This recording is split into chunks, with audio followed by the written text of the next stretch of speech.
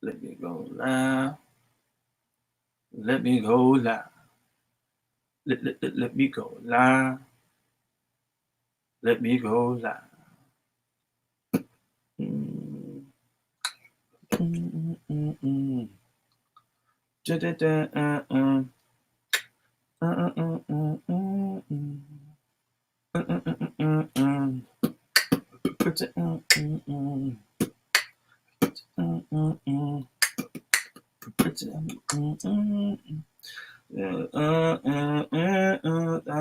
this, that. I said, and that's all in my head. I know.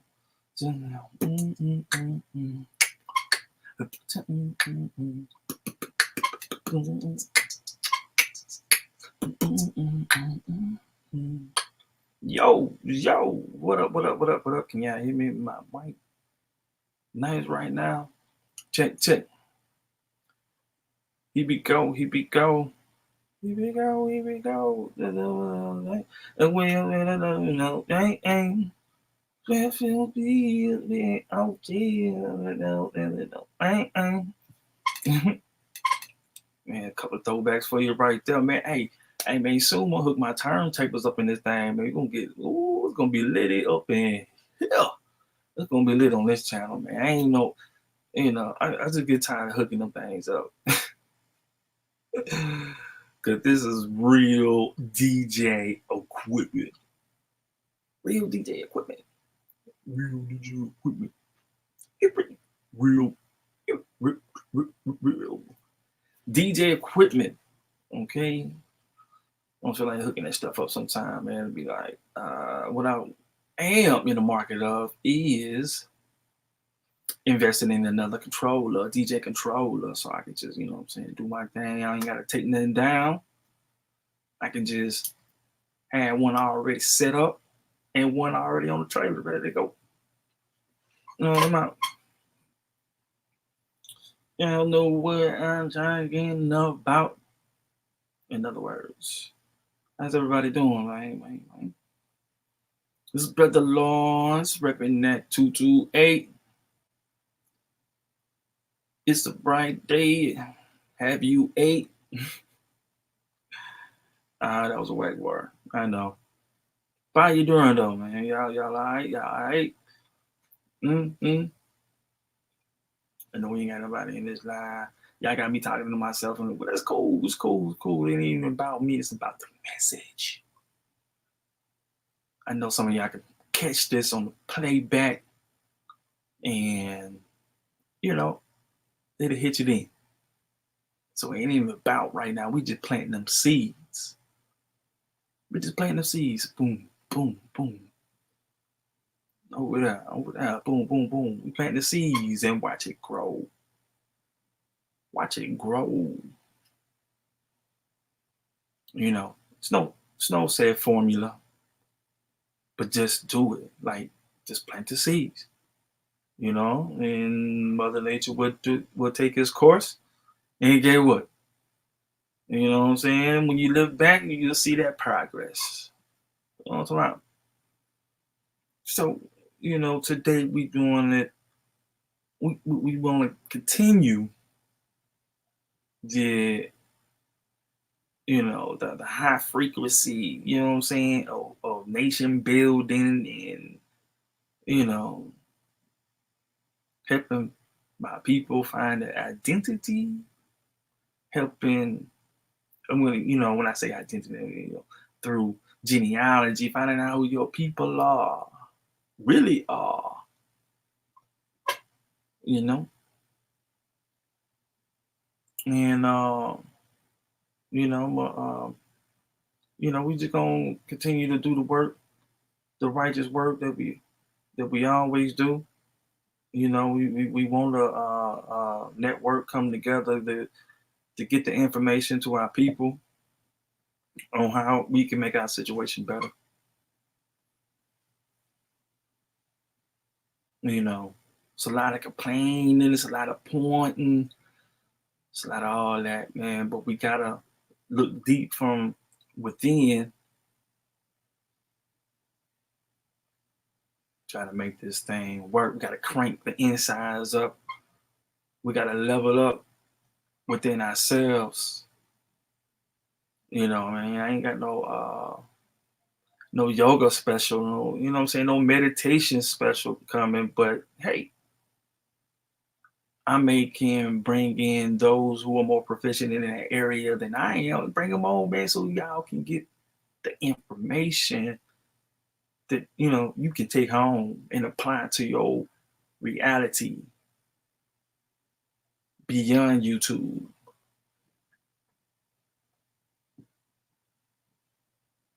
Beyond YouTube. So I got a video today, man. We're gonna get into that First Nation people. Right, and this is in regards to the Pascagoula River tribe down here on the Gulf Coast, Mississippi. Okay, I've been putting them a few deals on them. Yeah, make sure I go check them out. Also, this is kind of like a continuation, but could be applied to anybody else that is looking for that recognition. There are people in place right now to help you. We ain't got to do the blaming no more. So, in turn, whenever he's talking about the Pascagoula River tribe, he's actually, setting the blueprint on what you can do, to help your situation out. At least to understand history from a down south, southeastern history point of view, right?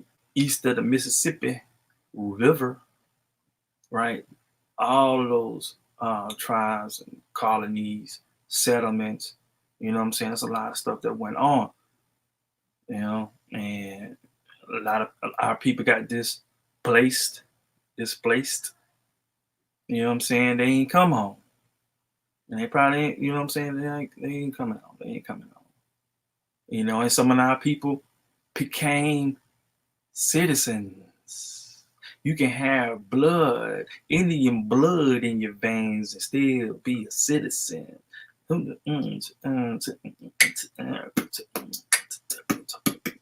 Hey. Yep. You can be an Indian, still be a freedman.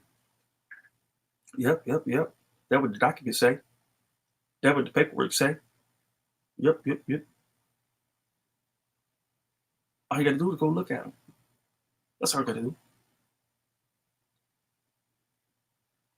All right, so we gonna start this thing. All right, I ain't played my homeboy in a minute, man. So we gonna take this nice little break and we gonna get into the build. But first, I got the big homie Rick Bang with Mississippi Flow. Check him out.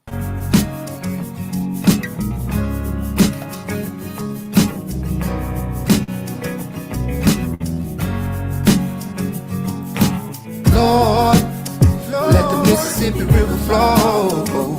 Let it wash away my pain. I know folk that I never get to see again. Hope it wash away my pain. Yeah. My mama's from Clarksdale and my daddy's from Natchez, Mississippi. My folks in Chicago, they need to come home. On the 2-lane highway, we used to stop anywhere and go fishing. Y'all. But those days are gone. I sat in the driveway on a little corn whiskey, just trying to be strong. I found out the hard way, life can get a little tricky, but you got to hold on, Lord, let the Mississippi River flow. Let it wash away my pain. I know folk that I'll never get to see again. Hope it wash away my pain. Yeah, this is the place where you lay your burdens down. Yeah, lay your burdens down. sound and you never get to see it. Never heard a sound. Thursdays and Fridays I'm gonna do a little bullshitting. But if you knew what's on my mind, give your people some flowers while they're here and still living. Cause we're running out of time. Lord, let the Mississippi River flow. Let it wash away my pain. I know folk that I'll never get to see again. Hope it wash away my pain. Lord, let the Mississippi River flow. Let it wash away my pain. I know folk that I'll never get to see again. Hope it wash away my pain. Yes, indeed. Brother Rick Bain with Mississippi River Flow. Make sure y'all check him out on YouTube. I'm going to find out like that. Yeah. How's everybody doing? Make sure y'all hit that like button as you tune in. You know, support your brother. All that good jazz, man. Hope everybody good. So we talking about that First Nation people today. Do got a bill. I ain't really listen all the way through, so I'm gonna be watching and learning with y'all, right? And like I said, it's in regards of the Pascagoula River tribe, right? The gentleman they bring it on to kind of give you a little bit of the history, and you know, in the last bill, we learned that Pascagoula River tribe may not have been Choctaw, but still a First Nation people who assisted the French or the Europeans when they arrived upon the Gulf Coast, along with the Biloxi Indians. You had the Pascagoulas, you know. So we right here on the Gulf Coast, man. What up? What up? And we want to shed light to some of that. You know what I'm saying? Some of that history, his story, you know, and see how we can lay it all out on the table. But here goes the... We're talking with Valdosta State University professor Dr. Dixie Haggard. He was recently selected in 2019 as a governor's teaching fellow for the Summer Symposium. Yeah, fair use for educational purposes only program offered through the Institute of Higher Education at the University of Georgia. Dr. Haggard, a professor of history, was one of 18 professors from across the state chosen for the program after a highly competitive application and selection process. One Valdosta State University professor, Dr. Dixie Haggard, is working tirelessly to help the Native American tribe gain federal recognition. Kind of choked up right there, but this dude he's bringing on is to help the tribe gain recognition. Okay, now if you're out there looking and you heard you got Indian in your family, maybe this video will resonate with you and help you get started after you found your ancestor. That tribe is the Pascagoula tribe of Southeast Mississippi. Dr. Haggard says in his work, it's all a part of demonstrating that the heritage of the South, and in fact the heritage of this nation, is not just black and white, but it also includes Native American, First Nation people. And for those of you who don't understand that term, First Nation people, we hope that through this discussion, you will come to a better understanding of what that really means. Dr. Haggard, thank you for taking time to talk to me this morning. We know about the Jewish Holocaust. We know about African slavery, the Middle Passage, and the atrocities that were imposed upon not only Jews, but other nations of people including Africans and African Americans. Talk to me about what has happened over time with First Nation Native American people. Well, but, when Columbus, 1492, when Columbus sailed the ocean blue, there were probably anywhere from 10 to maybe as many as 16 million people in what is today the United States and Canada. By the time you get to 1900, there's about 250,000 in the United States. So that's a huge demographic collapse right there. And that in and of itself, that statistic tells you everything you really need to know, is that there's this massive depopulation of Native people, First Nations people, and they were replaced primarily by people coming from Europe, and then and those people brought people from Africa to replace them across the landscape. And that's your nuts and bolts. That's the story. And so when people talk about Native people and you see images on the TV screen about Indians fighting in the West and what have you, that's only a fraction of the story. You're talking about massive population extinction on some level, and this wasn't deliberate or planned by Europeans and then later the United States, but the process was enhanced by the colonization and imperialization. What I mean by that is most Native people died from infectious diseases. What we're experiencing right now is one novel disease that's very infectious, that's causing problems in the United States. Imagine if we got hit with 4 or 5 or 6 of these in a row, what would be happening in this country as a result of that. And that's with us having modern medicine and modern facilities and what have you. These people got hit with smallpox, malaria, measles, mumps, the flu. There's a whole series of diseases that were introduced from the old world, and they took their toll. And any one disease might take a 1%, 5% death rate. There's some of the, smallpox had a much higher death rate. And when they would hit, and it hit the whole population. You don't know who's going to get sick and what's going to happen, and that's going to cause a massive death rate.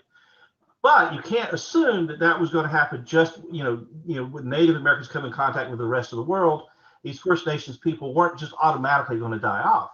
The European process of colonization, the process of introducing an extensive trade that covers large areas large areas in a very quick space of time.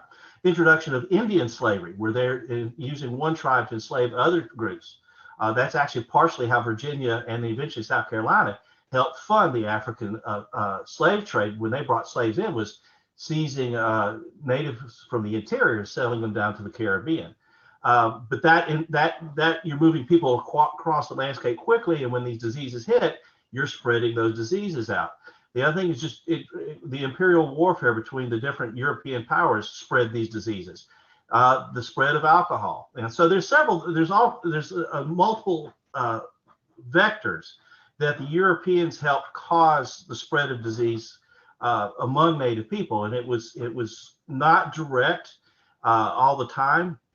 But over the course of a couple of hundred years, you have a massive death rate. The United States Indian policy, once the United States comes into being, wasn't much better. Now, it wasn't a deliberate attempt to wipe out Native Americans. There was an attempt at cultural genocide, there's a cultural Holocaust going on, in that the goal of the United States from the day it is formed in 1776, and really the policy starts to take place in the 1780s, is to civilize the Indians or assimilate the Indians and get rid of their culture. But the main reason for doing that is to acquire the land. The argument was in George Washington's presidency was to civilize the Indians so that they would not need all that extra land, and they would be taught to farm, and then the extra land would go to the United States and it would be divvied out to the settlers. And those policies helped spread disease, but also spread there was a deliberate attempt to eradicate their culture. So you're looking at a demographic collapse on one side and a cultural attack on another side, and they have their impact. Keep in mind also, as these different diseases hit, warfare hits, slaving hits, you're less able to actually plant the crops you need to plant, do the hunting and gathering you need to do. So there's less food, so you're more likely to suffer from famine, which makes you more susceptible to disease. There's a whole host of things that they just stack up. And so the process of colonization, which the United States continued up till 1933, is what led to the devastation, the demographic devastation, and to the cultural devastation. The cultural loss was deliberate. The demographic collapse was not deliberate, but it was heavily facilitated by the policies of European colonial powers and in the United States government. What impact did those policies have on the infrastructure of people who were already established in their own lifestyles that had gone back thousands of years? It causes collapse, because one of the things, especially when the diseases hit, as we know, we're experiencing it right now. Diseases usually affect those that are older and those that are very young. And especially when elders die, the knowledge doesn't always get passed down to the next generation. And so that people forget how to deal with certain things. They forget cultural ceremonies and cultural processes, but they also they forget economic practices and subsistence patterns. Some things can be lost. And Seminoles are a good example down here. They didn't exist at the time of Columbus. The Seminoles are a created tribe, or created, we shouldn't even use the word tribe, created nation out of several collapses of several different chiefdoms, specifically some people coming out of South and Central Georgia, some coming out of Florida and Central Florida and North Florida. And that created what we tend to call the Seminoles today. And we need to keep in mind, there's actually several different groups of Seminoles. There's the Miccosukee Seminoles, which are mostly based in North Florida, Central Florida, and Georgia, South Georgia, the descendants of those people that were there. And then there's the Muskogee Seminoles, which are Red Stick Creeks that left Alabama after the Red Stick War, 1813 to 1815, and they fled to Florida. They allied with each other. There was some intermarrying, and they knew each other. Culturally, there were similarities, but they were very different ethnically. And then we can't forget the Black Seminoles, because there were lots of runaway slaves. There were slaves that were taken away from the plantations on the South. And so you actually really have three different groups down there that we all lump and call Seminoles, but there's really three different ethnicities down there in Florida. And they start out in North Florida and get pushed down into South Florida by advancing by U.S. troops and by the frontier. Check. What's up, y'all? Hey, we got to start this thing short. I'll continue probably later on, but I really got some stuff to go take care of. Appreciate it. Sorry for the inconvenience. I'll probably go live later on, but I got to jet up out of here. Peace.